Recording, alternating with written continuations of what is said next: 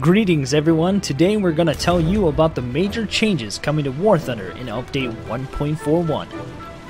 Chief amongst them, War Thunder ground vehicles are now available for all players in open beta testing. There are new aircraft, shading optimization and updated visual effects, and modified weapons and ballistics. Let's have a look at the new aircraft. In the second rank for the Soviets, a 34 series MiG-3 with an AM-35A engine and 20mm Shavak cannons has been added. In the fourth rank, there are two new aircraft. The 1946 IL-10 Attacker aircraft, as well as the I-185 fighter with an M71 engine, a reference model for mass production. The additions in the third rank of the US branch are multi-purpose North American PBJ-1H and PBJ-1J aircraft, naval versions of the medium B-25 Mitchell bomber. These twin-engine aircraft carry not just a bomb payload but also an impressive array of weapons, either 12 high-caliber Browning machine guns in the nose, or in addition to 8 other machine guns, a 75mm autocannon. Germany has new aircraft in the fifth rank. There are two new jet fighters, the Messerschmitt 262 A1U4 with a rapid-fire 50mm gun, and the Messerschmitt 262 C2B with hybrid engines. The modifications appear in the branches for German fighters and heavy fighters.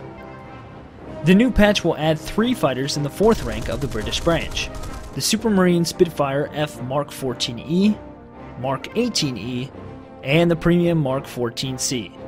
These late modifications of the Spitfire fighter production line with the excellent Griffin engines will cause a real storm in the War Thunder skies.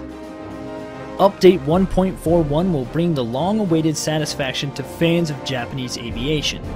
Cockpits have been added to the Japanese Ki-45 heavy fighters of all available modifications. And finally, the main news for Update 1.41 is the release of War Thunder ground vehicles in an open beta test. For now, testing ground vehicles will take place primarily in tank versus tanks mode, although aviation will sometimes be added for testing purposes. We are beginning the open beta test of War Thunder ground vehicles with armored vehicles from the USSR and Germany.